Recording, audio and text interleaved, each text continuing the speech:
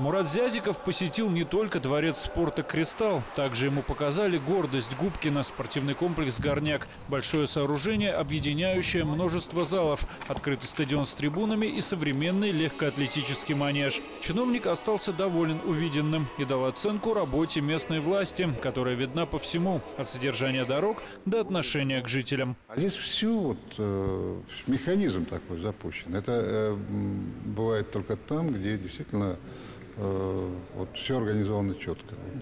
Впечатляет очень. Такое бережное, очень такое доброе, чуткое отношение, что чувствуется в целом и на Белгородчине к людям в целом. Мэр города, Анатолий Алексеевич, это тоже команда такая, настоящая, команда Евгения Степановича. А там, где команда работает слаженно, там и результат.